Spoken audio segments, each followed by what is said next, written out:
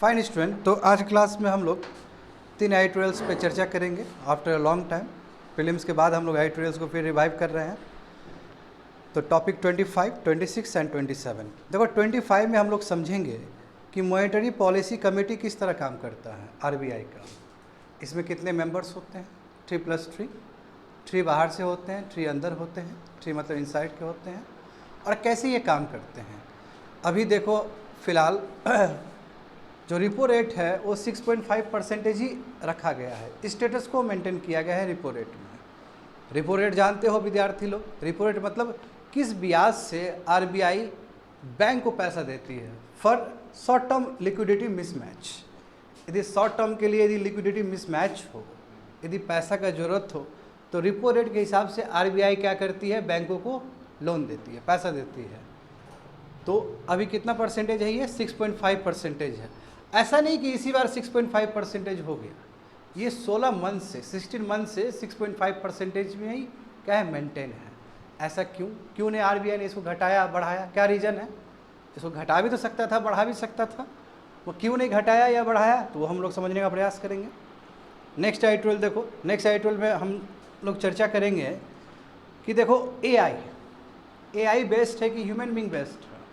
तो एआई का अपना फ़ायदा, एआई का अपना ही एडवांटेज है और ह्यूमन बींग का ही अपना एडवांटेज है, ठीक है। क्योंकि ह्यूमन बींग के अंदर जो इंट्यूशन है, यानी कि चीज़ों को देख के ही समझने का, वो तो फिर एआई के अंदर नहीं आ सकता।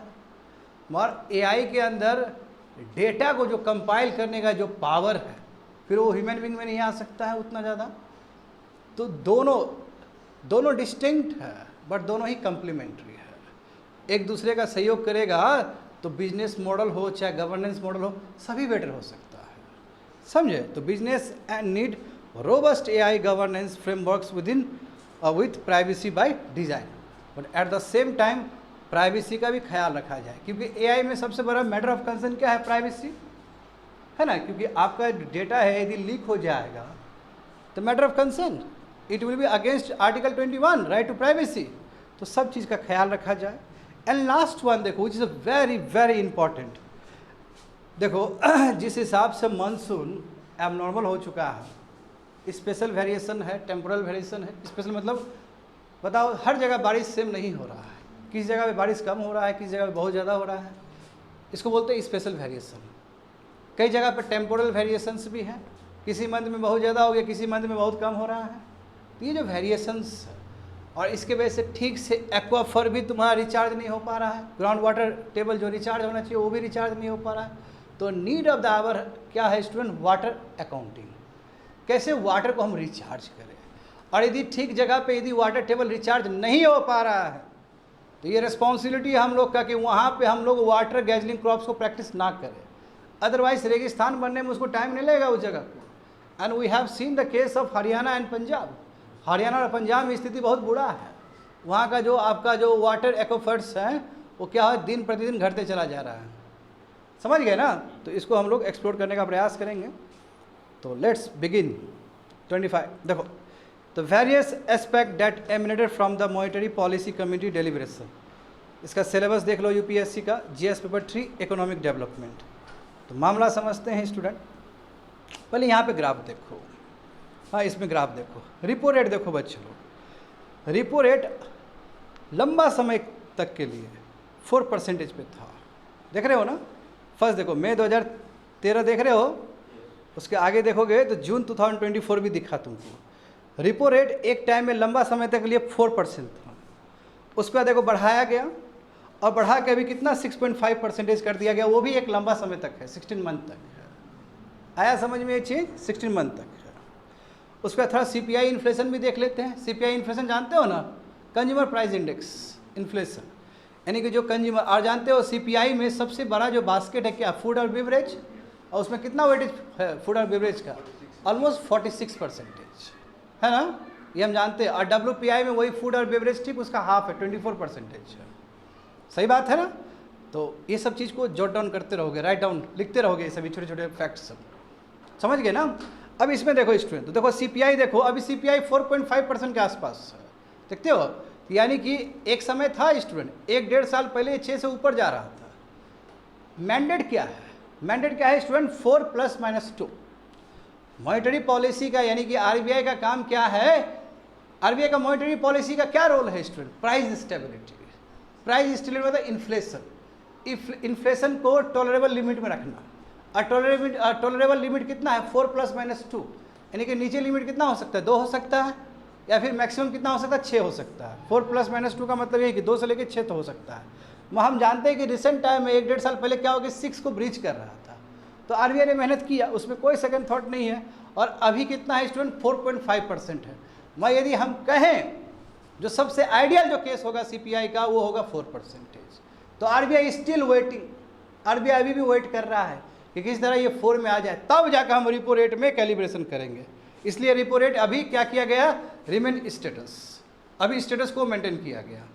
आया समझ में ना? क्योंकि बड़ी बात तो बड़ा ये होगा कि जीडीपी ग्रोथ कर रहा है, आपका जीडीपी ग्रोथ कर रहा है, तो आपको लिक्विडिटी को घटाना या बढ़ाना पड़ेगा। और आपका जो इन्फ्लेशन है वो भी आपके लिमिट के अंदर है।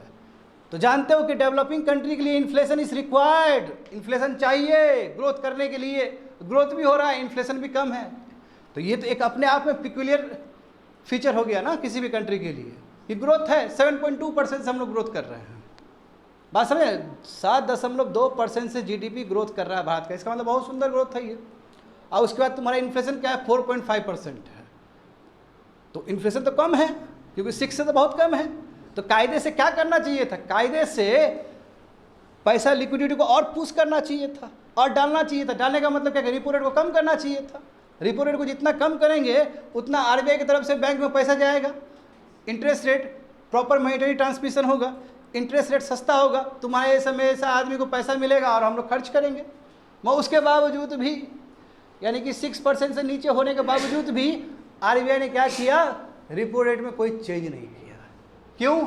क्योंकि आरबीआई को ऐसा लगता है कि एटलीस्ट 4.5% जो अभी है वो उचित नहीं है।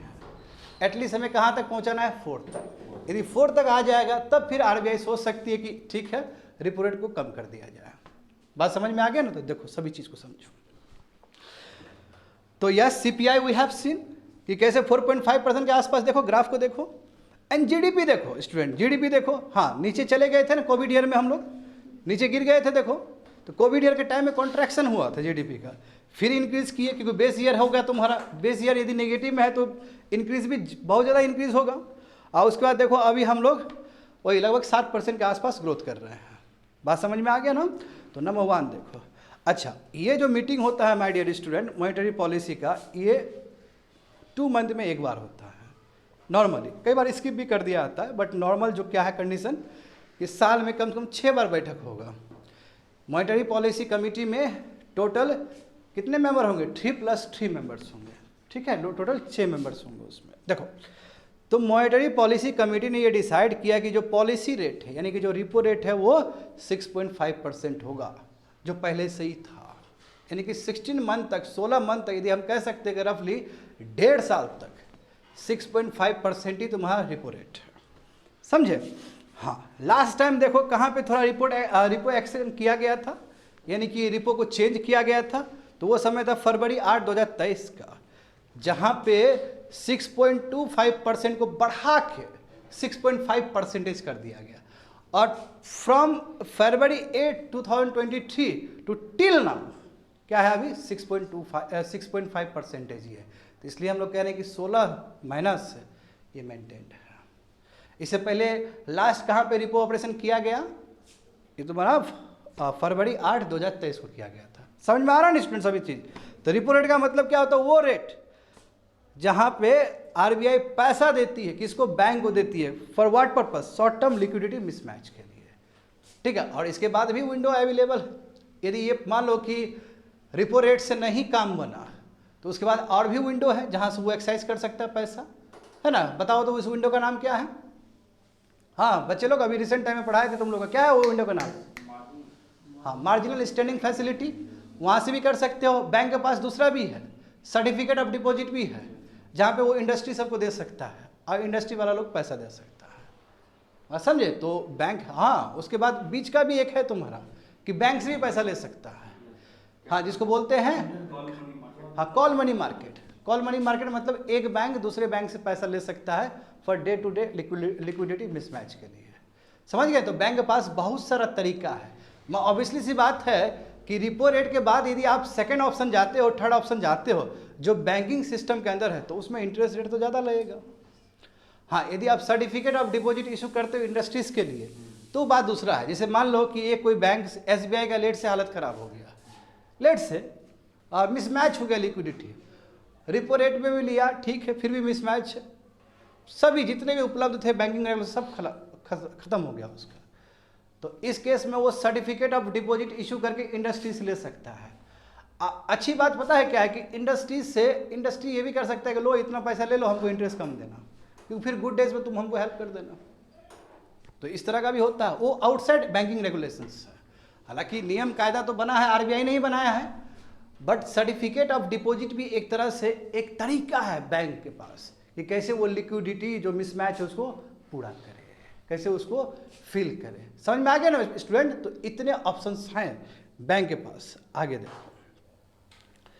देखो RBI ने क्या कहा, देखो अब देखो इसमें बहुत सारे टर्मिनोलॉजी समझना है तुमको, ठीक है? तो देखो फायदा यही होता है स्टूडेंट, कभी जब भी इकोनॉमिक्स एडिटोरियल्स आता है तो तुमको बहुत सारा जो स्टैटिक चीज़ है वो भी सीखने को मिलेगा।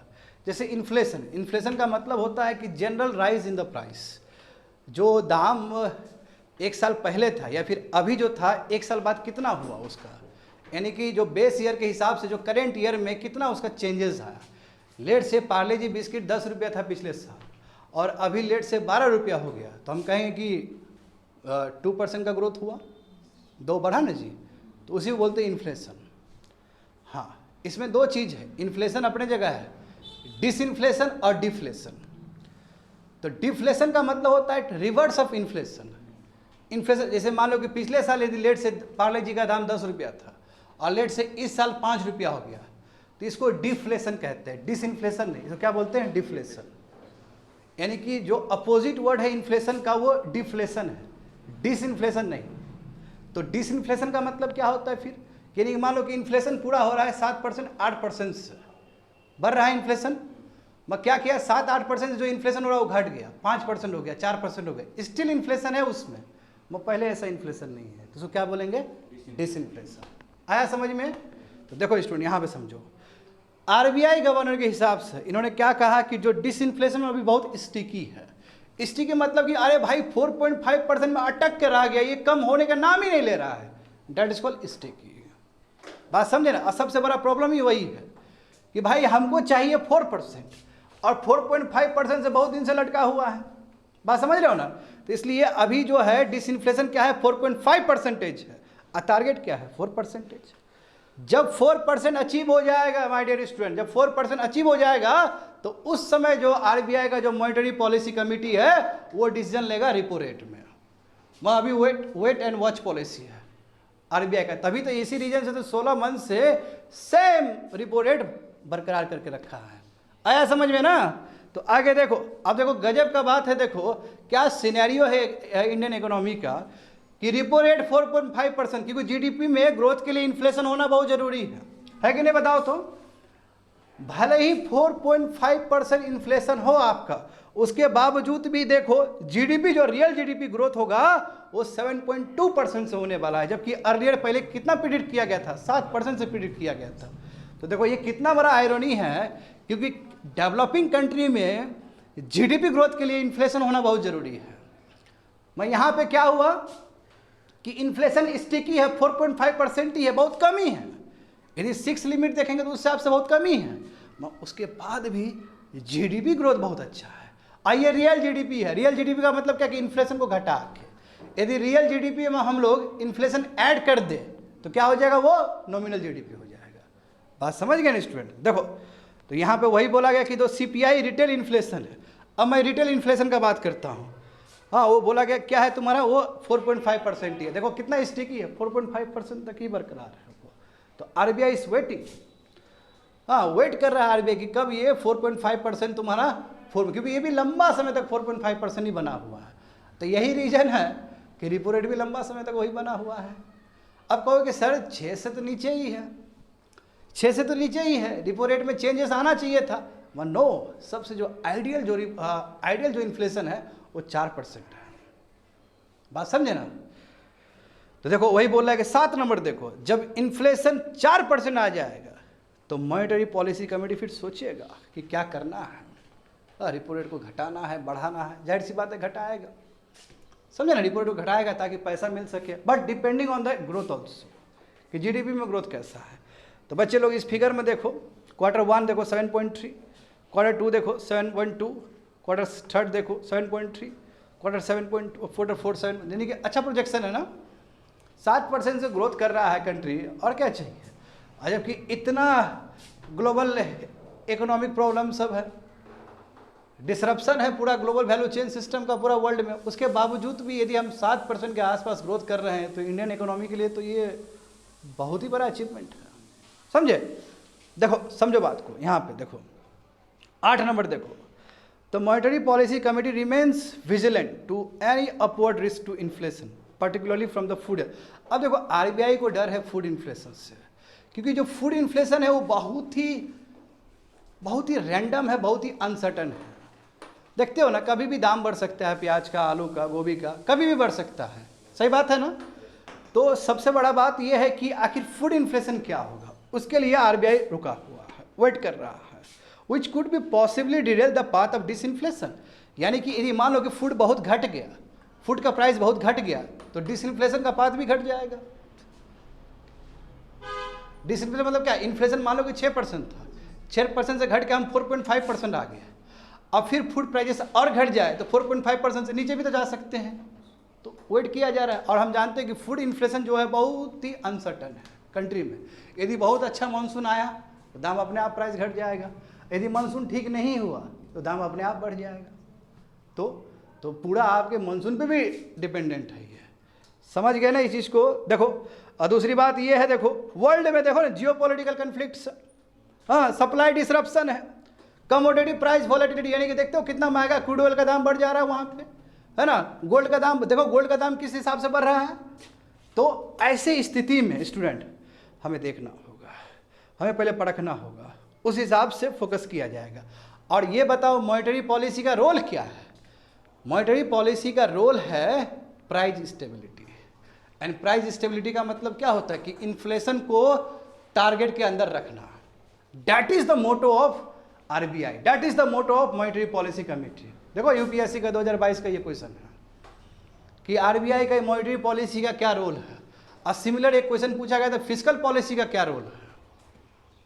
तो कितना सिंपल पूछ लिया, मगर विद्यार्थी लोग उसमें ही कंफ्यूज हो जाएगा। पढ़ लिए इकोनॉमिक्स सभी, वो बेसिक्स ही नहीं जाने। तो मॉनेटरी पॉलिसी का रोल और फिस्कल पॉलिसी का रोल दोनों सेम होने के बाद भी सेम नहीं है, या फिर कह सकते हो कि both are interconnected to each other.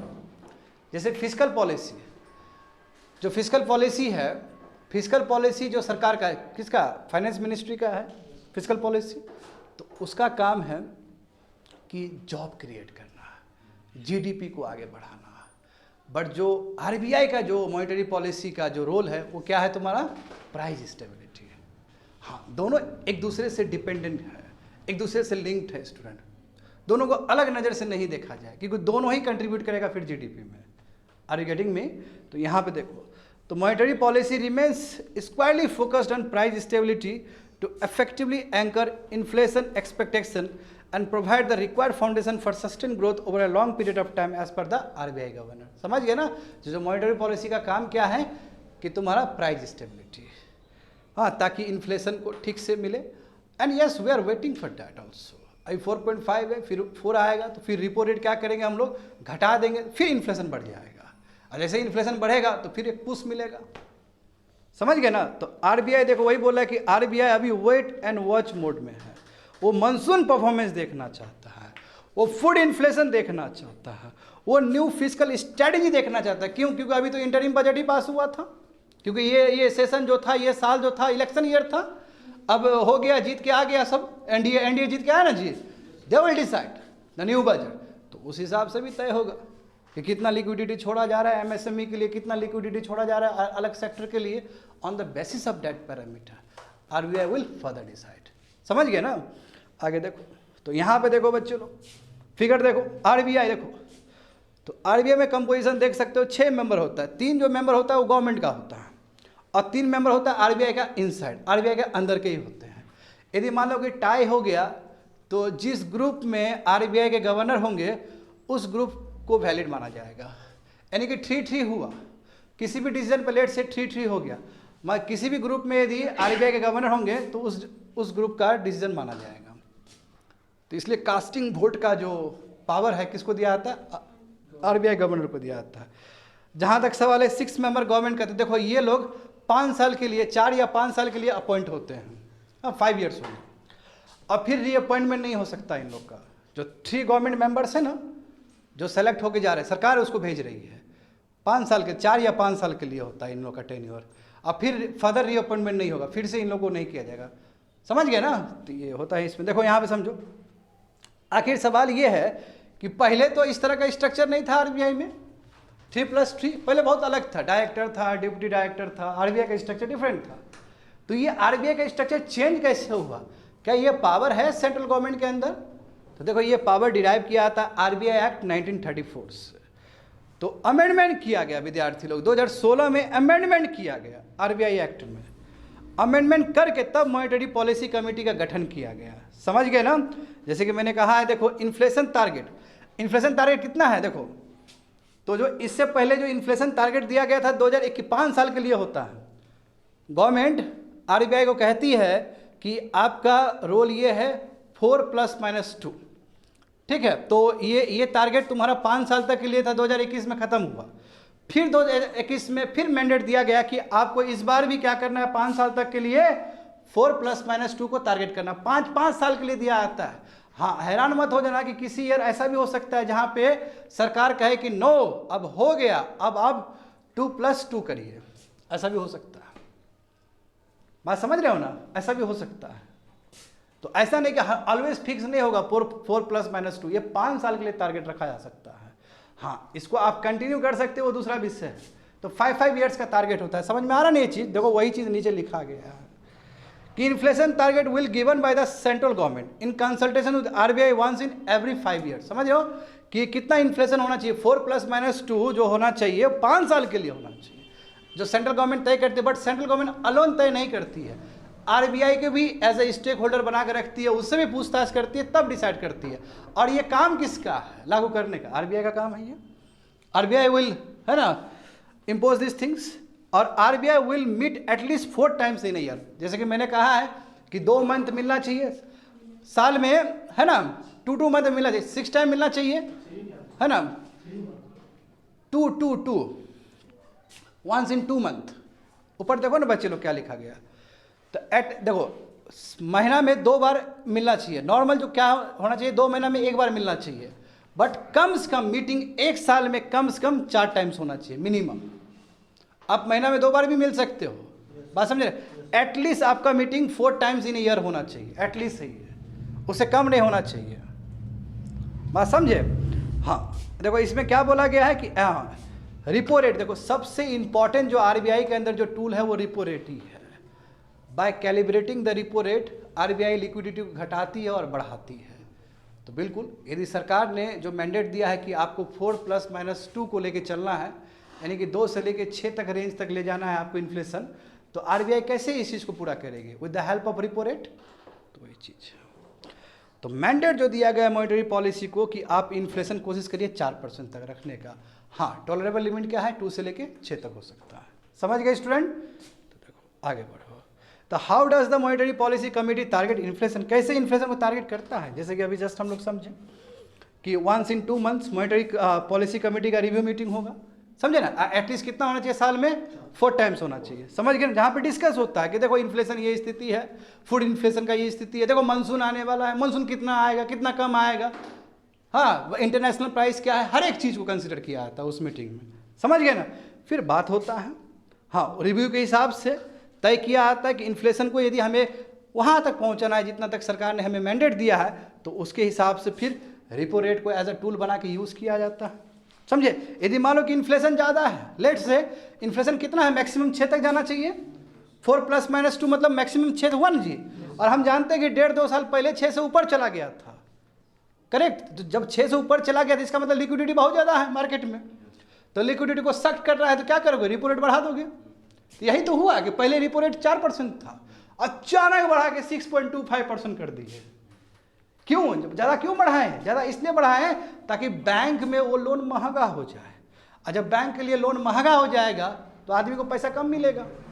तो पहले तो लंबा समय तक तो long term repo rate operation चलाया गया, लंबा समय तक 4% रखा गया, फिर बढ़ा के 6.25% कर दिया। क्यों 6.25% किया गया, क्योंकि हम जानते हैं कि 2 साल 2.5 साल पहले तक, यानी कि 1.5-2 साल पहले तक 6% से ऊपर चला गया था, इसलिए लिक्विडिटी को मार्केट से निकालने के लिए किया गया। समझ गए, तो देखो वही चीज़ लिखा गया। जब इन्फ्लेशन हायर हो, समझे, जो रियल इन्फ्लेशन है मार्केट में, यानी कि 6% से ज़्यादा हो, जो आपका टारगेट है 4+-2 से उससे ज़्यादा हो, तो नॉर्मली क्या करती है, एम्बेसी रिपो रेट बढ़ाती है। रिपो रेट बढ़ाने का मतलब क्या हुआ कि बैंक जो पैसा लेगी वो महंगा हो जाएगा, और जब महंगा हो जाएगा इंटरेस्ट रेट, तो तुम्हारे और मेरे जैसा आदमी को महंगा मिलेगा, फिर तो कम एक्सेस कर पाएंगे मनी को। समझ गए ना।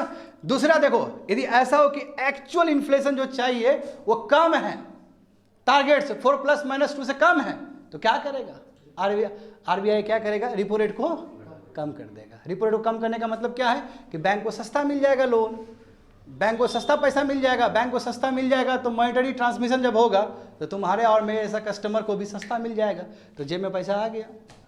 जेब में पैसा आने का मतलब क्या, डिमांड हो गया, और डिमांड आने का मतलब क्या, डिमांड पुल इन्फ्लेशन हो गया, कि जहाँ डिमांड से पैसा इन्फ्लेशन क्रिएट किया जा रहा है। तो इन्फ्लेशन बहुत तरीके से क्रिएट किया जा सकता है। जेब में पैसा आ जाए तो डिमांड ऑटोमेटिकली हो जाएगा, क्योंकि जानते हो ना, जेब में जो पैसा वो रहता नहीं है, वो मन करेगा हम फ्रिज खरीद लें, मन करेगा हम कूलर खरीद लें, सही बात है ना। तो पैसा का वजह से डिमांड क्रिएट हुआ, तो मैन्युफैक्चरिंग होगा, जीडीपी अपने आप ग्रोथ करेगा। आर यू गेटिंग मी, समझ पा रहे हो ना। देखो आगे देखो, तो what happens when the inflation is beyond the range spare. क्या होगा जब इन्फ्लेशन 4+-2 से ज़्यादा हो जाए, यानी कि 6 से ज़्यादा हो जाए या 2 से कम हो जाए, तो इसका मतलब जो आरबीआई को जो भूमिका दिया गया था, आरबीआई फेल हो गया अपने काम में, यही नहीं हुआ इसका मतलब। हाँ, इसका मतलब आरबीआई फेल हो गया अपने काम में। बट फेल कब माना जाएगा, तो यहाँ पे देखो, वहाँ पढ़ो, जैसे समझो, average inflation overshooting the upper tolerance level और remaining below the lower level for the any 3 consecutive quarter. यानी कि जो 3 क्वार्टर का मतलब क्या, 3 मंथ्स का है ना, 3 मंथ्स का ही होता है ना जी क्वार्टर। हाँ, तो एक साल में कितना क्वार्टर होगा स्टूडेंट, 4 क्वार्टर। यदि लगातार 3 क्वार्टर तक 4+-2 का उल्लंघन हो गया, वायलेट हो गया, यानी कि 6 हो गया और लेट से 1 हो गया। अच्छा, डेवलपिंग कंट्री में 1 होने का तो कोई चांस ही नहीं है, 2 से नहीं तो कोई चांस ही नहीं है। जो चांस है वायलेट करने का वो अपर लिमिट से ऊपर जाने का चांस होगा। तो मान लो कि 3 क्वार्टर में आपका लगातार 3 क्वार्टर में 6 से ऊपर चला गया, 6 यानी कि 7 हो गया, 6.5 हो गया, 6.8 हो गया, तो यानी कि जो आरबीआई को जो मैंडेट दिया गया था आरबीआई फेल कर गया। मैं उसके लिए जरूरी है कि 3 कंजिक्यूटिव क्वार्टर्स। तो उसके बाद क्या करना पड़ेगा आरबीआई को, ऐसे इवेंट में आरबीआई को लिखित में रिपोर्ट देना पड़ेगा सेंटर को कि इस रीजन के वजह से हम टारगेट को अचीव नहीं कर पाए, समझे। और रिमीडियल एक्शन भी आरबीआई को सुझाव देना पड़ेगा सेंट्रल गवर्नमेंट को, देखिए सर हम ये सब करने वाले हैं क्योंकि हमारा टारगेट पूरा नहीं हुआ, समझ गए ना। तो it should also propose remedial action along with the time required, और इतना समय लगेगा, सो डैट कि आपने जो हमें मैंडेट दिया था उस मैंडेट को हम अचीव कर पाएँ, उसके लिए ये सब रेमेडियल एक्शन सब होगा। और उस समय हो सकता है कि इकोनॉमिक एक्सपर्ट सब और भी आ जाए पैनल पे सुझाव देने के लिए। ऐसे भी 3 मेंबर हैं कि नहीं है बाहर गवर्नमेंट की तरफ से। तो इस तरह वो काम चलता है, समझे। आगे देखो, तो what is the need for centralise. अब देखो एक कॉन्सेप्ट खत्म हो गया, ठीक है, कैसे पॉलिसी वगैरह, रिपो रेट कितना इंपॉर्टेंट टूल है इन्फ्लेशन के लिए, प्राइस स्टेबिलिटी के लिए। क्यों इस बार रिपो रेट को सेम रखा गया, 6.5% रखा गया, तो उसका एक्सप्लेनेशन हो गया। अब ये जो मीटिंग जो हुआ है, इस मीटिंग में और भी बहुत कुछ निकल के आया है। तो what is the need for centralised digital payment intelligence platform as proposed by the reserve bank of India. Reserve bank of India ने एक नया चीज, एक नया प्लेटफॉर्म इस बार प्रपोज किया है। उस प्लेटफॉर्म का नाम क्या है, centralised digital payment intelligence platform. इसका मतलब यह है कि बच्चे लोग, अभी डिजिटल ट्रांजैक्शन में बहुत ज़्यादा फ्रॉड हो रहा है। मैं केवल यूपीआई का बात नहीं कर रहा हूँ, यूपीआई तो चलो 1 पार्ट ऑफ डिजिटल पेमेंट है, बहुत सारा डिजिटल पेमेंट होता है, आरटीजीएस होता है कि नहीं होता हो, तो और भी बहुत तरह का होते हैं जो एनपीसीआई करता है, national payment corporation of India.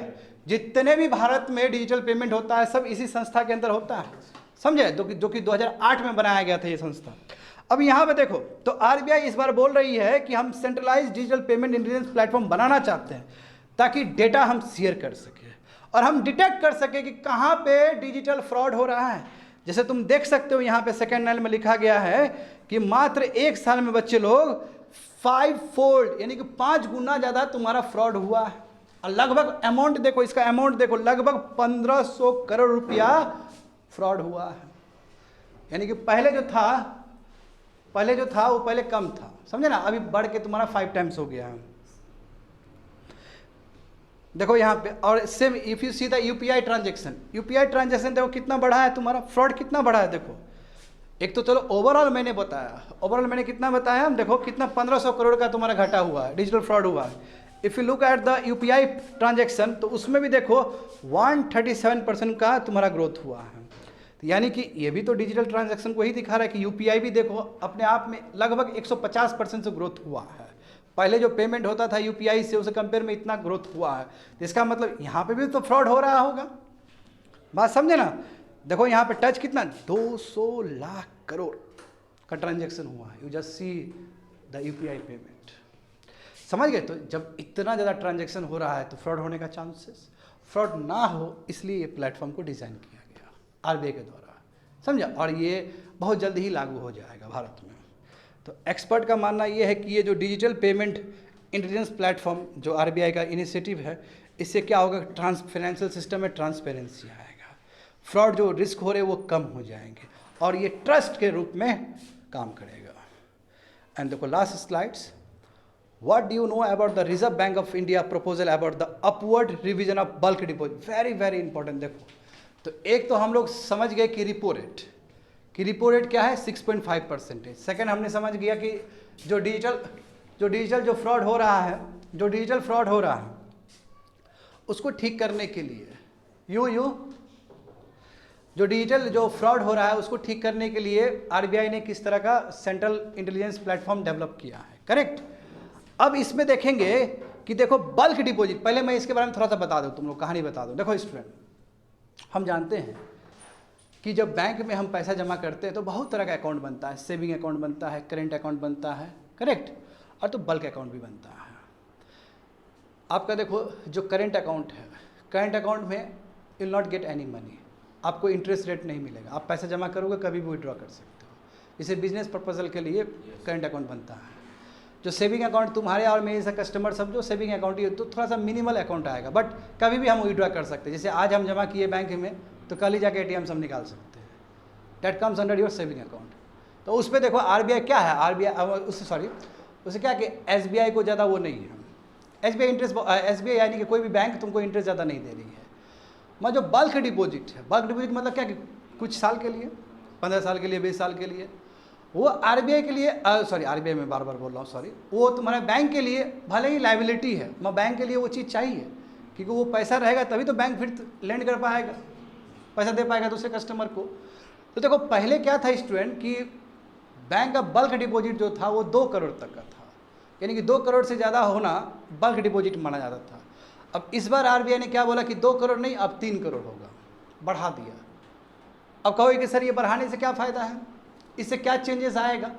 देखो चेंजेस है, यानी कि देखो पहले जो सिस्टम था कि 2 करोड़ से नीचे जितने भी डिपॉजिट होगा बैंक में वो सब रिटेल माना जाएगा, रिटेल अकाउंट माना जाएगा। तो रिटेल अकाउंट में बैंक को फॉलो करना पड़ता है चार्ट कि इतना इंटरेस्ट रेट उसको देना ही पड़ेगा रिटेल में। बट जब बल्क डिपॉजिट होता है तो उस समय बैंक को फॉलो नहीं करना पड़ता है, बैंक अपने कन्वीनियंट के हिसाब से इंटरेस्ट रेट दे सकता है। तो इसका मतलब बैंक कम भी इंटरेस्ट रेट दे सकता है बल्क डिपॉजिट में। बात समझ पा रहे हो ना।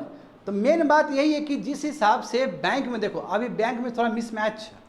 बैंक में मिसमैच क्या है कि बैंक में जो डिपॉजिट और क्रेडिट ग्रोथ है, क्रेडिट जो है वो बैंक में बढ़ते चला जा रहा है, 19% 20% क्रेडिट अच्छे खासे लोग आ रहे हैं पैसा लेने के लिए।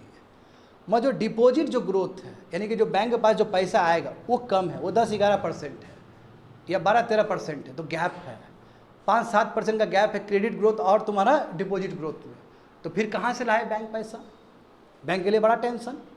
तो इसलिए देखो ये आरबीआई ने जो नियम बनाया है कि अब पहले जो 2 करोड़ था अब 2 करोड़ को हम 3 करोड़ कर दिए, यानी कि 3 करोड़ से आदमी, जो भी आदमी 3 करोड़ से ज़्यादा पैसा देगा तो बैंक उसके साथ अपना समझौता कर लेगा कि देखो भाई हम तुमको 4% ही इंटरेस्ट देंगे। उसमें कोई RBI का रूल्स और रेगुलेशन नहीं लगता है। मैं यदि 2 करोड़ से नीचे आता, पहले के रूल के हिसाब से यदि 2 करोड़ से नीचे आता तो उसमें फिर रिटेल वाला स्ट्रक्चर लगता, उसमें जो RBI ने ऊपर से तय किया, जो स्ट्रक्चर बनाया उसी हिसाब से वो काम करता।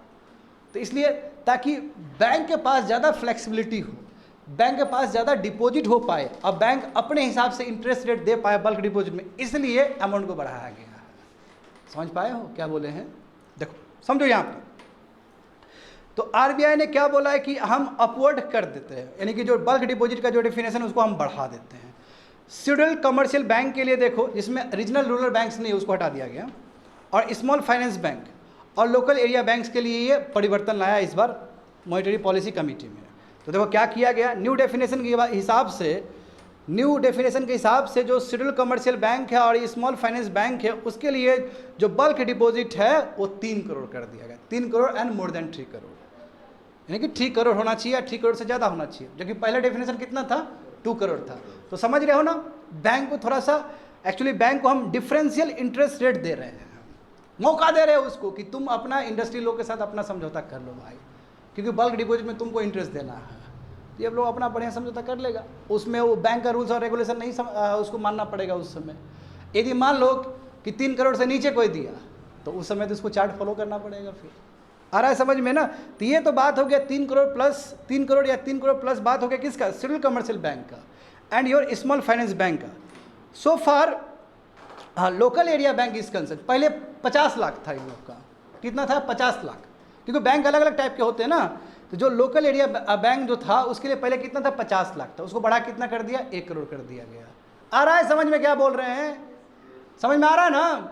तो अब क्या कर दिया गया, 1 करोड़ प्लस कर दिया गया है, तो उसको भी फ्लेक्सिबिलिटी दिया गया कि आप भी कर लो, क्योंकि प्रॉब्लम है अभी बैंक में जो डिपॉजिट ग्रोथ होना चाहिए, खाली क्रेडिट बढ़ रहा है, डिपॉजिट नहीं है, गैप है, उस गैप को भरने के लिए RBI ने ये काम किया है। बात समझो। और देखो वही बोला कि इट इज़ लाइकली, ये इसलिए किया गया ताकि एसेट लाइबिलिटी का जो मैनेजमेंट है वो बेटर हो सके बैंक में। समझ में आ गया ना? देखो at the same time revision is likely to, देखो इससे कॉस्ट ऑफ डिपॉजिट भी बढ़ जाएगा, डिपॉजिट इंक्रीज हो जाएगा। जब डिपॉजिट इंक्रीज हो जाएगा तो जाहिर सी बात है क्रेडिट बढ़िया से देगा वो बैंक, क्योंकि बैंक पास पैसा होना चाहिए ना देने के लिए।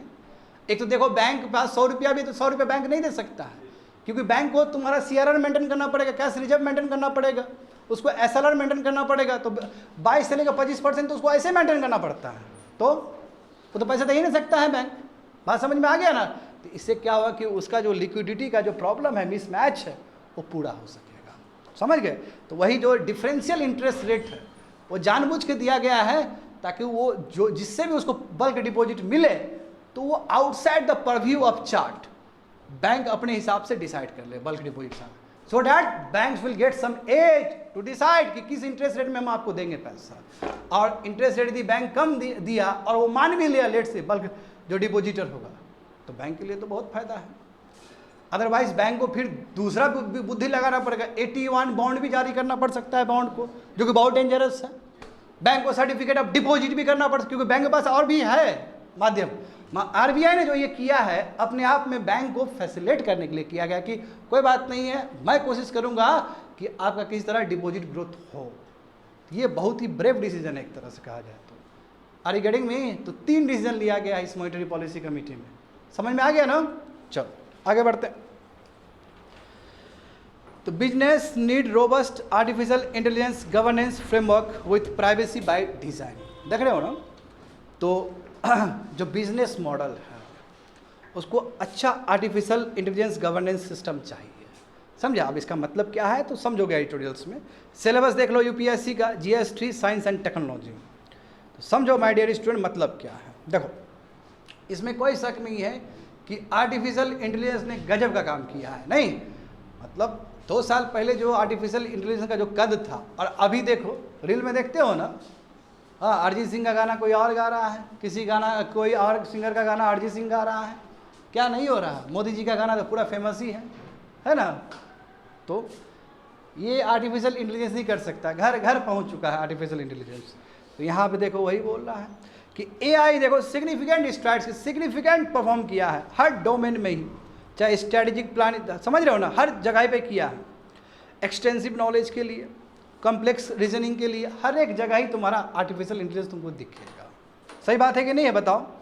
हाँ, some say that AI will soon excel in most complex. बहुत सारे लोग बोल रहे हैं कि AI का देखो रोल और बढ़ने वाला है, जहाँ पे जो बहुत इंपॉर्टेंट डिसीजन लेना पड़ता है कोई भी कार्य के लिए, उसमें भी AI का रोल होगा, इसमें कोई शक नहीं। इसी बार देखो, जब आर्टिफिशियल ChatGPT आया था, मैं बात कर रहा हूँ 2022 का, तो 2022 में जब UPSC क्वेश्चन सॉल्व हुआ तो पास नहीं कर पाया artificial intelligence.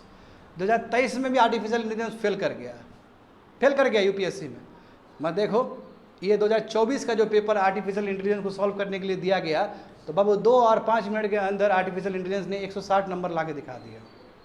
You just see the performance. तो आने वाले समय में तो जान रहे हो ना कि 200 में यदि 250 भी ले आए तो कोई हैरानी का बात नहीं है, बोल देगा क्वेश्चन ही गलत है इसका। मतलब इस लेवल तक आर्टिफिशियल इंटेलिजेंस प्रोग्रेस कर सकता है। और सही बात है, UPSC में 1-2 क्वेश्चन तो गलत रहता है, ये जान ही रहे हो तुम वो भी दिखा देगा ऐसे करके, टिक करके, देखो गड़बड़ है यहाँ। तो मतलब इस लेवल तक आर्टिफिशियल इंटेलिजेंस जा सकता है, समझ रहे हो ना। यहाँ पे देखो, हाँ, मगर ये बात है कि देखो, चलो ये AI का अपना है कि AI कहीं पे भी फिट हो सकता है, आने वाले समय में बहुत ज़्यादा रोल हो सकता है। मगर देखो, अब AI का काम देख रहे हो ना कि अब AI कोशिश कर रहा है कि ह्यूमन लाइक बिहेवियर और इमोशंस को भी दिखाना, जो कि हम लोग कभी सोच नहीं सकते हैं। क्योंकि इमोशन जो चीज़ है वो ह्यूमन बीइंग का एक गिफ्ट है, ह्यूमन बीइंग को मिला हुआ गिफ्ट है।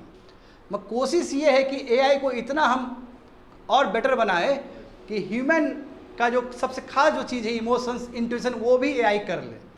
हालांकि देखते हैं, क्योंकि ये अभी तक ह्यूमन बीइंग के अंदर का चीज़ है ये। क्योंकि इमोशन, समझ रहे हो ना, इमोशन कैसे आर्टिफिशियल इंटेलिजेंस पर, क्योंकि आर्टिफिशियल इंटेलिजेंस का मतलब क्या है कि लॉट्स ऑफ डेटा डालो उसमें, और डेटा के हिसाब से वो आउटपुट देगा आपको। हाँ, मत दिक्कत क्या है पता है, आर्टिफिशियल यदि अनबायस्ड यानी कि बायस्ड वाला डेटा तुम डाल दिए, जैसे लेट से तुमने ये बोल दिया कि अगली मैन का मतलब होता है अफ्रीकन पीपल, लेट्स, तो फिर वही दिखाएगा। तुम अगली मैन लिखेगा तो अफ्रीकन का आदमी दिखा देगा। तो तुम देखो गलत डेटा डाल दिए तो तुमको आउटपुट भी गलत दे रहा है। तो ये तो मैटर ऑफ कंसर्न रहेगा आगे भी। तो इसलिए यदि आर्टिफिशियल इंटेलिजेंस को बेटर करना है तो put lots of good data, then only you will get good result. आया समझ में क्या बोल रहे हैं? इसके लिए डेटा अच्छा होना चाहिए, समझ गए? तो वही बोल रहा है, देखो, हाँ, despite artificial intelligence limitless potential. हाँ, इसमें कोई शक नहीं है कि आर्टिफिशियल इंटेलिजेंस का बहुत ज़्यादा पोटेंशियल है, उसमें नो थॉट, मीन्स इसमें कोई तुम्हारा प्रॉब्लम ही नहीं है। बट अभी भी स्टूडेंट ह्यूमन बीइंग जो कर सकता है वो आर्टिफिशियल इंटेलिजेंस नहीं कर सकता। ऐसे बहुत सारा एरिया है। तो क्यों ना जो कमी है दोनों का उसको साइड करके जो दोनों का खूबी है उसको कोलैबोरेट किया जाए, तो इससे तो विन विन सिचुएशन होगा आर्टिफिशियल इंटेलिजेंस के लिए भी और ख़ास ह्यूमन बीइंग के लिए भी। समझ गए? तो वही लिखा गया, but despite artificial intelligence limitless potential several obstacle threaten it wide spread adoption, lack of trust. देखो, आर्टिफिशियल इंटेलिजेंस कोई ट्रस्ट नहीं करना चाहता क्योंकि मैटर ऑफ प्राइवेसी है, आपका डेटा हो सकता है लीक हो जाए, समझे ना। दूसरी बात है कन्फ्यूजन है ह्यूमन और आर्टिफिशियल इंटेलिजेंस कैपेबिलिटी के बीच में, और जो होना चाहिए, जो एक कोलैबोरेशन होना चाहिए तुम्हारा इंस्टीट्यूशन और बिजनेस का, वो कोलैबोरेशन भी मिसिंग है। इसलिए जो मॉडल तैयार होना चाहिए बिजनेस के लिए, जो मॉडल तैयार होना चाहिए एंटरप्रेन्योरशिप के लिए, जो मॉडल तैयार होना चाहिए किसी भी सिस्टम को बेटर करने के लिए, वो नहीं हो पा रहा है। तो हम कह सकते हैं कि इसका एक मेन रीजन है कि ये अभी इनिशियल स्टेज में है। यदि स्टेज इसका ग्रोथ करते जाएगा तो हो सकता है और बेटर हो जाए, ये भी हो सकता है। तो देखो, public awareness towards AI has been building over time. हाँ, लोग घबरा रहे हैं इससे। जैसे देखो, कैम्ब्रिज एनालिटिका का स्कैंडल जो हुआ था, हाँ, कुछ साल पहले यूनाइटेड स्टेट्स में जो इलेक्शन का जो मैंडलिंग हुआ था ना जी, कि रसिया उसमें सपोर्ट कर रहा है, फेसबुक का भी बहुत बड़ा रोल था। तो प्रॉब्लम है। डीप फेक देखो, अभी डीप फेक कितना कॉमन है, किसी भी स्टार का बना देता है और एज ई स्टार ने कुछ बोला है उसको हो गया विरोध, मतलब समझ रहे हो ना, नेगेटिव मैसेज, र्यूमर्स फैल जाता है इससे। तो ये तो चीज़ देखो क्या हुआ इलेक्शन में, क्या नाम है, अमित शाह जी है ना, अवर होम मिनिस्टर, अभी भी होम मिनिस्टर हैं वो, तो उनके अगेंस्ट डिफेक्ट बना दिया गया था ना, उस चीज़ को लेकर बहुत ज़्यादा ही तुम्हारा पॉलिटिक्स में वो हो गया था। तो डिफेक्ट मतलब हम कुछ बोले ही नहीं है, और सेम मेरे ऐसा ही बना दिया वो, हाँ कर दिया, और सेम लिप्स भी हिल रहा है ऐसा कि एज इफ वो रियल वीडियो है। तो पहचानना ही बड़ा मुश्किल होगा कि कौन सा रियल है कौन सा फेक है। That's called deep fake. और डीप फेक कैसे बन रहा है? Because of the application of artificial intelligence. Problem है कि नहीं है? तो 4 चीज़ देखते, 4 रिस्क देखते जो आर्टिफिशियल इंटेलिजेंस से जुड़ा हुआ चीज़ है। फर्स्ट वन देखो, जैसे कि हम लोग बात कर चुके हैं, discrimination and bias. Artificial intelligence में प्रॉब्लम ये है स्टूडेंट कि यदि आपका एल्गोरिदम जो है गलत हो, यानी कि आपका डेटा गलत हो, तो जब डेटा गलत होगा तो आपका जो आउटपुट है वो भी गलत होगा। जैसे मैंने एग्जांपल दिया है, जैसे लेट से हम ये बोल देते हैं कि सबसे आलसी जो आदमी होता है वो इंडियन होता है, ये डेटा फिट कर दिया, तो आउटपुट क्या आएगा? Indian people. बोलेंगे the most lazy people in the world, तो पता चला एक इंडियन पीपल का फोटो दिखा दिया। बाइस्ड है कि नहीं है ये? तो वही बोल रहा है इसमें कि एआई जो सिस्टम है पूरी तरीके से डेटा और एल्गोरिदम पे डिपेंड करता है। यदि आपका डेटा गलत दे दिए, आपका एल्गोरिदम गलत दे दिए, तो आउटपुट भी आपका गलत होगा। इससे क्या है कि बहुत सारे जो मार्जिनल और जो वल्नरेबल सेक्शंस है उसको दिक्कत हो सकता है, वो टारगेटेड हो सकता है। समझे? जैसे देखो हमास का जो केस हुआ, इजराइल और हमास का, है ना। और हम कह सकते हैं कि जो सबसे जीवन जिसका गर्त में है वो हमास का लोग है अभी के हिसाब से, और ये डेटा फिट कर दो तुम आर्टिफिशियल इंटेलिजेंस में, 10 साल बाद भी वही दिखाएगा। तो और अच्छी बात नहीं ना है जी, किसी को आप नीचे दिखा रहे हो। Are you getting me? तो आर्टिफिशियल इंटेलिजेंस से ये प्रॉब्लम हो। दूसरी बात देखो, privacy and data protection. Privacy का कंसर्न तो भारत में स्पेशली हमेशा रहेगा। यहाँ तो कोई प्राइवेसी का ख्याल ही नहीं रखा जाता है ना। तुम अलाउ ओके करते जाओगे ऐप में, तुम्हारा सब डेटा चलते जाएगा वहाँ पे। तो एआई सिस्टम देखो कलेक्ट करता है, प्रोसेस करता है large amount of your personal data also, बिना तुमसे पूछे हुए। तो कभी भी इसका नाजायज यूज हो सकता है, देखते हो। और फिर उसके बाद टारगेटेड एडवर्टीजमेंट।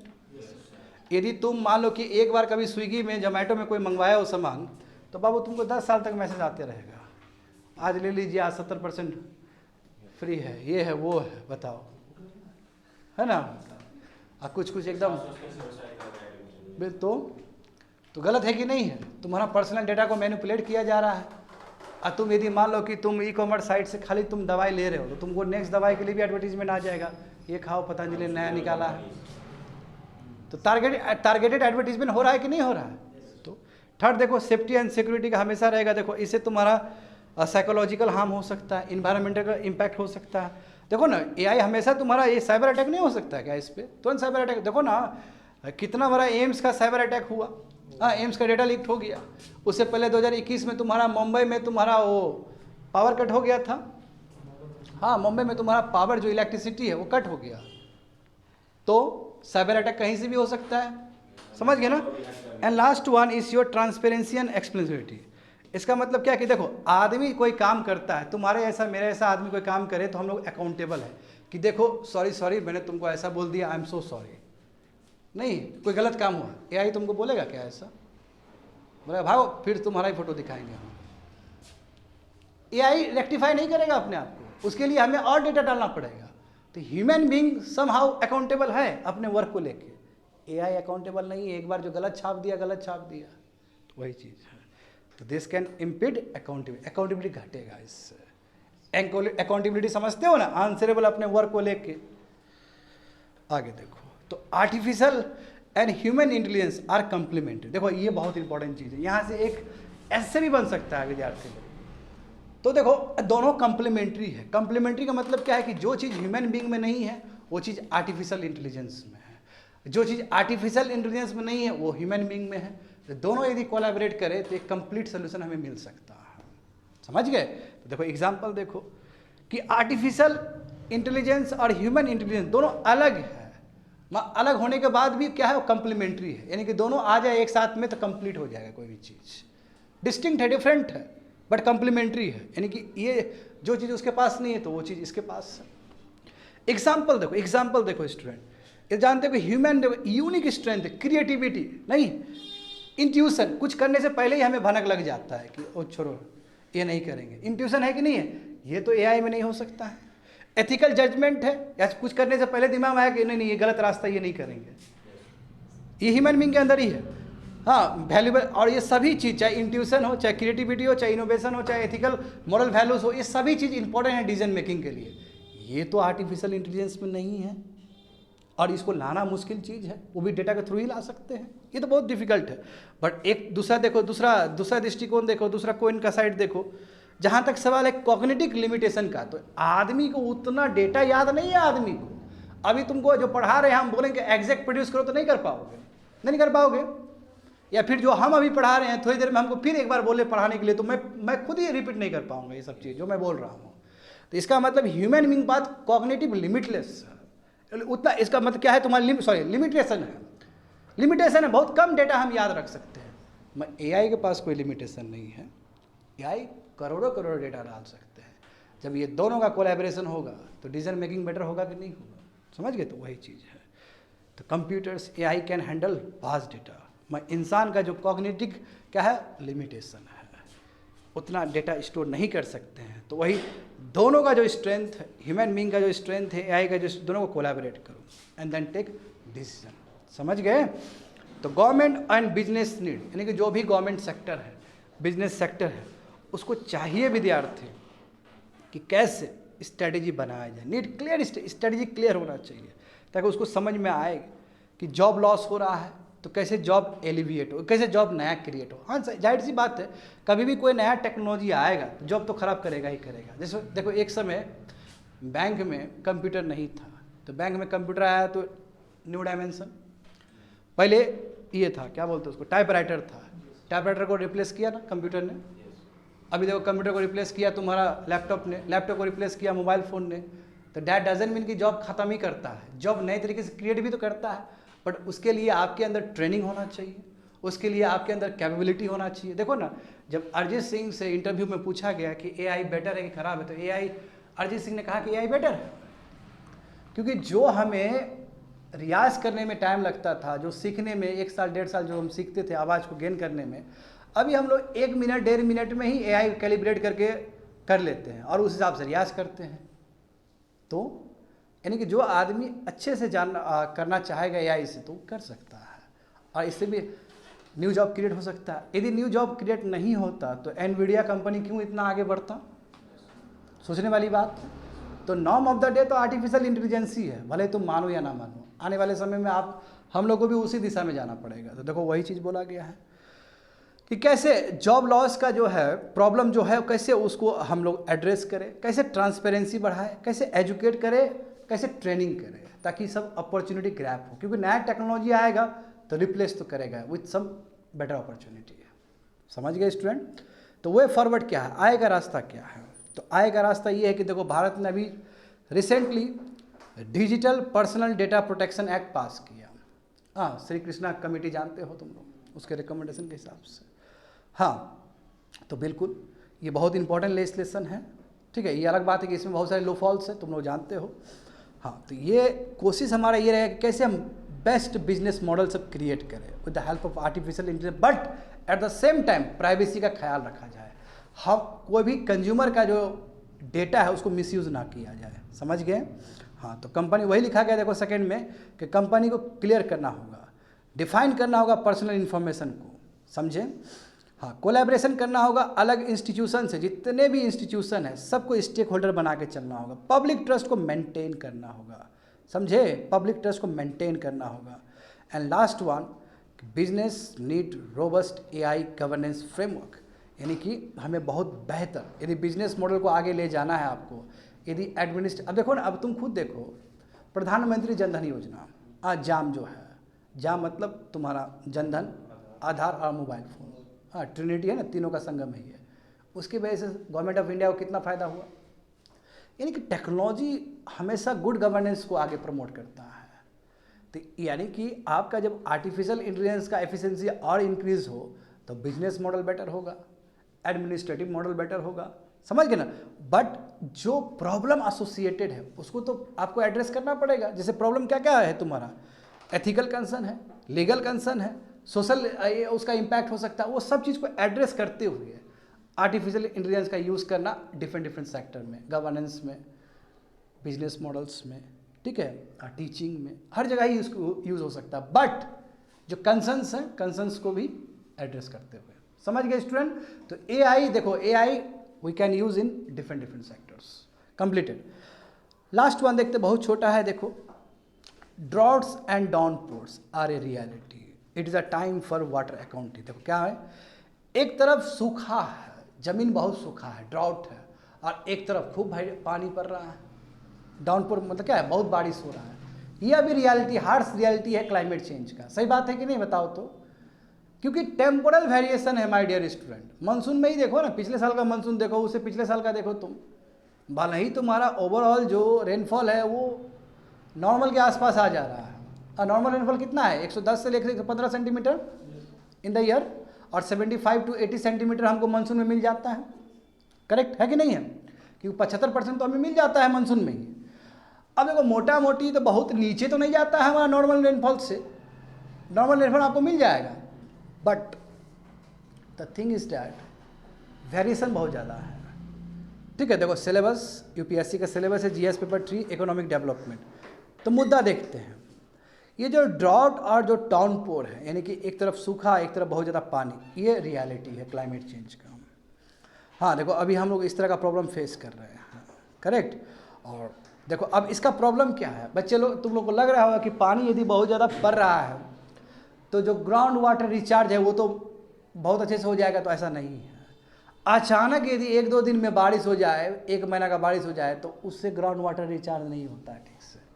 यदि ग्राउंड वाटर रिचार्ज होना हो तो समय के साथ होगा, वो एकदम उसमें आराम से पानी पड़ेगा तभी रिचार्ज हो सकता है वो। तो देखो प्रॉब्लम ही प्रॉब्लम है। तो यानी कि बहुत ज़्यादा बारिश हुआ तो फिर दूसरा प्रॉब्लम, ड्रेनेज का प्रॉब्लम होगा, और उससे एसोसिएटेड और भी प्रॉब्लम, हाँ फूड में प्रॉब्लम हो जाएगा, क्लीननेस में प्रॉब्लम होगा, डेंगू अलग से केस बढ़ेगा। तो बारिश भी यदि हो रहा है तो बारिश भी देखते हो कितना एबनॉर्मल बारिश हो रहा है। देखो वही चीज़ लिखा गया वहाँ पे, सच एक्सेसिव रेनफॉल डज लिटिल, देखो ये ज़्यादा नहीं कर पाता है बच्चों लोग, ठीक है, इसका कोई फायदा नहीं है ज़्यादा, समझे। और एक तरफ से ड्रॉट तो हो ही रहा है, प्रोलॉन्ग ड्रॉट हो ही रहा है, तो देखो इससे ये फायदा नहीं हुआ कि एक्वाफर आपका बहुत अच्छे से, टैंक वगैरह सब अच्छे से वो हो जाए, रिप्लेनिश हो जाए, रिसाइकल नहीं हो पाता। रिसाइकल के लिए ज़रूरी है विथ रेस्पेक्ट टू टाइम बारिश एकदम प्लानिंग वे में हो। अभी जानते हो क्लाइमेट चेंज में क्या है का प्लानिंग, कब से हम लोग देख रहे हैं कि बारिश होगा इस प्रांत में। अब तो लगान वाला मूवी वाला हालत हो गया अपना बेगूसराय का, है ना, जा रहे हैं इसे देख रहे हैं, खूब डांस उन्स हो रहा है, फिर बादल चल जा रहा है कि चलो इतना ही था, बादल देखने के लिए सब आए थे, डांस करने के लिए, है ना। लगान मूवी देखे हो ना तुम लोग, सेम हालत है अभी क्या कर सकते। देखो यहाँ पे, देखो यहाँ समझो, over extraction of aquifers combined with the evaporation of surface sources. देखो evaporation and transpiration both are the way to loss the heat. Evaporation क्या है कि मान लो कि सोइल गर्म हो गया, अपर सोइल, तो सब उड़ के चला जाएगा आपका, समझे। और ट्रांसपिरेशन का मतलब क्या है कि जहाँ पे प्लांट सब अपना वाटर करेक्ट रिलीज करता है एटमॉस्फेयर में, तो इसको यदि दोनों कंबाइन कर दोगे तो बोलो, हम लोग बोलेंगे इवो ट्रांसपिरेशन प्रोसेस। तो इवो ट्रांसपिरेशन प्रोसेस से बहुत सारा तुम्हारा जो वाटर है लॉस हो रहा है एटमॉस्फेयर में, समझ पा रहे हो ना। देखो तो water storage in aquifers is a valuable resource but gets depleted through, देखो ना अभी स्पेशली यदि बात करेंगे पंजाब हरियाणा साइड का, तो जितना रिप्लेनिश होता है उसे कंपेयर में ज़्यादा एक्सप्लॉयटेशन हो रहा है वाटर का, 130%, 140% बताए थे स्टूडेंट। और आने वाले समय में तो इसका हालत बहुत ख़राब होने वाला है। यदि मैं बात करूँ साउथ इंडिया का, तमिलनाडु का, तो बहुत सारा जगह वहाँ पे भी ओवर एक्सप्लॉयटेशन है। तो देखो वही बोल रहा है कि वाटर स्टोरेज एक्वाफर में देखो इंपॉर्टेंट रिसोर्सेज है मगर ओवर एक्सप्लॉयटेशन हो रहा है। रिजर्वर देखो, टैंक्स देखो, पॉन्ड देखो, है ना, एक्सपीरियंस एस्लेटेड इवापोरेशन, देखो यहाँ पे भी बहुत सारा इवापोरेशन प्रोसेस हो रहा है ये टेम्परेचर बढ़ने की वजह से। देखो अभी जिस हिसाब से, अब देखो इस बार क्या हुआ, इस बार देखो स्पेशली मैं 2024 का बात करूँ, 2024 में हर एक मंथ ही रिकॉर्ड तोड़ा है गर्मी के मामले में, एंड स्टिल गर्मी वो कैरी है अभी भी। तो हम तो एक्सपेक्ट कर ही सकते हैं कि विथ राइजिंग समर टेम्परेचर और इवापोरेशन होगा और ट्रांसपीरेशन होगा। So you just see the case of Egypt Nasser, lake Nasser, जानते हो ना, इजिप्ट के जो प्रेसिडेंट थे, पहले प्रेसिडेंट मोहम्मद नसीर साहब थे, उनके नाम पे ही ये लेक पड़ा है। देखो ये one of the driest part of the world है। देखो बताओ, इसमें लगभग 10 से लेके 20 बिलियन क्यूबिक मीटर इवापोरेट होता है एनुअली, इतना पानी इवापोरेट होकर चला जाता है। You just see the irony. तो इतना पानी यदि एटमॉस्फेयर में लॉस हो जाए तो फिर वहाँ का जो लैंड है वो तो रेगिस्तान बनने में टाइम नहीं लगेगा उसको। हाँ समझ रहे हो ना, डेजर्ट में क्या होता है देखते हो, सब उड़ के चला जाता है। तो द कॉन्सेप्ट, इसलिए स्टूडेंट जरूरी है वाटर अकाउंटिंग। वाटर अकाउंटिंग मतलब अकाउंटेबल टुवर्ड्स द वाटर। और जहाँ पे एक्वाफर में वाटर है वहीं पे वाटर गैजलिंग क्रॉप्स रोपो, और जहाँ पर नहीं है, जहाँ पे तुमको ओवर एक्सप्लॉइट करके वाटर निकालना पड़ रहा है राइस और व्हीट के लिए, वहाँ पे मत रोपो। जैसे पंजाब और हरियाणा के लिए कहा जाता है ना कि भाई मिलेट्स लगाओ, वहाँ पे राइस और व्हीट के लिए वो फेवरेबल जगह नहीं है, मगर फिर भी किसान जानते हो कि एमएसपी मिलता है बोल के लगा रहा है वहाँ पे। यही वाटर अकाउंटिंग है कि वाटर के बारे में पहले समझिए कि वो जगह का, जैसे हमारा बिहार देखो, हमारे बिहार में वाटर अवेलेबल है सस्ते में, मतलब एकदम ब्लेस्ड है हम लोग, तो यहाँ पे लगाइए, क्या दिक्कत है, लगाइए यहाँ पे, बट जुडिशियस यूज़ करिए उसका। हाँ, माइक्रो इरीगेशन फैसिलिटी लगाइए, स्प्रिंकलर इरीगेशन लगाइए, है ना, ड्रिप इरीगेशन लगाइए। इसी को बोलते हैं वाटर अकाउंटिंग करना। देखो क्या लिखा गया है, when the inflow of water in a region matches the outflow. हाँ, जितना इनपुट है आउटपुट से मैच कर गया तो हम कहें कि कुछ नहीं, वाटर बैलेंस। सही बात है ना, जितना तुम पानी नीचे से निकाल रहे हो उतना पानी रिचार्ज हो रहा है, तो कोई प्रॉब्लम नहीं, कोई प्रॉब्लम नहीं, कोई प्रॉब्लम ही नहीं होगा। जितना वाटर निकाले उतना रिचार्ज हो गया, है ना, बराबर मेंटेन है। बट प्रॉब्लम कब होगा, कुछ ज़्यादा ही निकाल रहे हो, या फिर दूसरा बात है कि रिचार्ज ही नहीं हो पा रहा। रिचार्ज कैसे होगा, पानी को एक ही बार तुम्हारा गिर जा रहा है। पानी यदि विथ रेस्पेक्ट टू टाइम गिरता तो रिचार्ज बढ़िया से होता। और दूसरी बात है कि नॉर्दर्न इंडिया हो या फिर कहीं पे भी, तो इंडिया में वाटर हार्वेस्टिंग सिस्टम तो बढ़िया नहीं है, एक्सेप्ट योर राजस्थान और some place of western India. Water harvesting तो वहाँ तो विरासत है, शुरू से ही है ना, हरपन सिविलाइजेशन से देख रहे हैं हम लोग। इस साइड आएंगे तो वाटर हार्वेस्टिंग भी बढ़िया नहीं है, तो ये भी तो प्रॉब्लम है। देखो अब एग्जांपल देखो, प्लांट देखो, बनाना देखो बहुत सारा वाटर कंज्यूम करता है ना, और देखो ये कैसे हीट लॉस करता है ट्रांसपिरेशन प्रोसेस से, तो निकल जाएगा वहाँ से। उसी तरह देखो इवापोरेशन, तुम्हारा सॉइल से, क्रॉप रूट से इवापोरेशन हो रहा है, यानी कि ट्रांसपो इवापोरेशन हो रहा है ना जी, यानी कि या फिर इवो ट्रांसपिरेशन हो रहा है, लॉट ऑफ वाटर लॉस। अब तुम खुद देखो राइस और व्हीट, ये डायरेक्टली इनडायरेक्टली बच्चे लोग देख रहे हो ना, लगभग कह सकते हो कि 2000 cubic metre of water required to produce 1 ton of gram. यानी कि समझ लो, बहुत कम धान व्हीट उगाने के लिए बहुत ज़्यादा पानी देना पड़ता है। इसलिए राइटली 2-3 साल पहले अशोक गुलाटी ने एक बहुत अच्छा एडिटोरियल लिखा था। उन्होंने कहा था कि जब हम राइस बेच रहे हैं, हम व्हीट बेच रहे हैं, तो हम राइस और व्हीट नहीं बेच रहे, हम पानी बेच रहे हैं। क्योंकि आप 1 kg राइस के लिए आप हजार kg आप पानी यूज़ कर रहे हैं। Are you getting me? तो क्यों हम लोग वाटर गैजलिंग क्रॉप्स वहाँ पे प्रैक्टिस करें जहाँ पे वाटर अवेलेबल ही नहीं है? वहाँ पे हमें करना चाहिए प्रैक्टिस जहाँ पे वाटर इजीली अवेलेबल हो। समझ गए? तो वाटर अकाउंटिंग जरूरी है, नीड ऑफ द आवर है। तो वाटर अकाउंटिंग का मतलब क्या कि यस, ट्रैक करना, रिपोर्ट करना कि कैसे वाटर को यूज़ किया जाए, समझे, कैसे वहाँ पे इवापोरेशन और ट्रांसपिरेशन से तुम्हारा वाटर लॉस हो रहा है उस जगह। नंबर 1। दूसरी बात क्या है, कैसे नॉन कंज्यूम वाटर फ्रैक्शन, यानी कि कैसे वाटर को ठीक से यूज़ किया जाए। समझ गए ना? कैसे यदि मान लो कोई वाटर वेस्ट वाटर है, कैसे उसको रिकंज्यूम किया जाए। जरूरी है कि नहीं, ये बताओ तो। अच्छा, हर कोई बोलता है कि वाटर को जुडिशियस यूज़ करो, मगर मेरा सवाल ये है कि भारत में 78% वाटर तो यूज़ करता है एग्रीकल्चर वाला लोग ही। हम कितना ही मेहनत करें, बता, ह्यूमन बीइंग जो अपना ड्रिंकिंग बाथिंग के लिए जो यूज़ करता है वो 5 से लेकर 10% है, उतना भी नहीं है, 5% के आसपास है। हम कितना भी मेहनत करेंगे तो हम कितना वाटर बचा लेंगे?